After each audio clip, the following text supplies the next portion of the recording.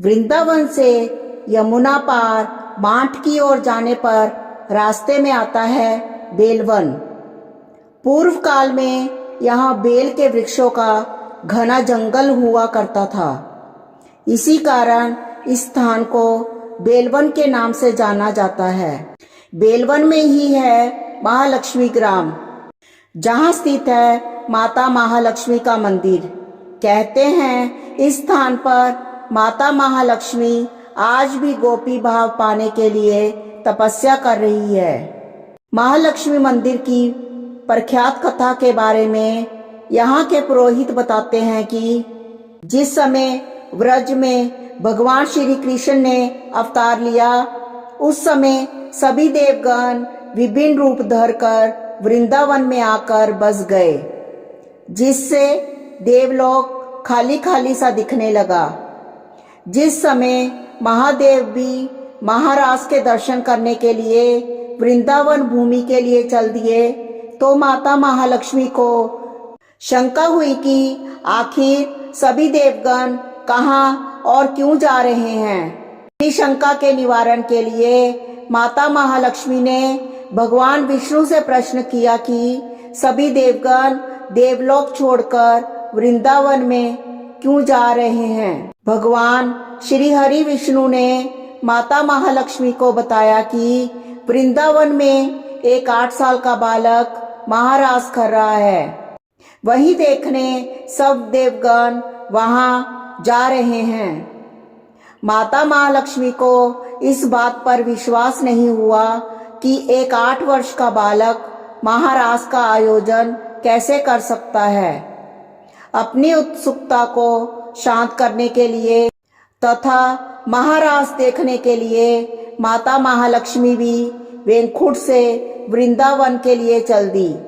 वृंदावन में जब राधा जी को इस बात की सूचना मिली तो राधा जी चिंतित हो उठी।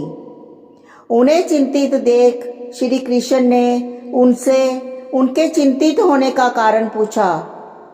राधा जी ने कहा, माधव, यदि महालक्ष्मी यहाँ आ गई और वे भी महारास में शामिल हो गई तो उनमें भी गोपी भाव का उदय हो जाएगा, और यदि महालक्ष्मी में गोपी भाव का उदय हो गया तो संसार का सारा संसार ही बिना लक्ष्मी के वैभव विहीन होकर बैरागी बन जाएगा, और यदि ऐसा होगा तो ये संसार कैसे चलेगा। माधव, आप कैसे भी करके महालक्ष्मी को वृंदावन में आने से रोकिए।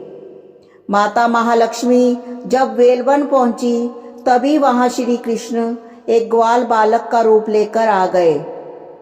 उन्होंने माता महालक्ष्मी से पूछा, आप कहाँ जा रही हैं। महालक्ष्मी जी ने कहा, मैं उस 8 वर्ष के बालक को देखने जा रही हूँ जिसके लिए सभी देवगण वृंदावन में आए हैं, और उसके आयोजित महारास में शामिल होने के लिए स्वयं महादेव भी वृंदावन आ गए हैं।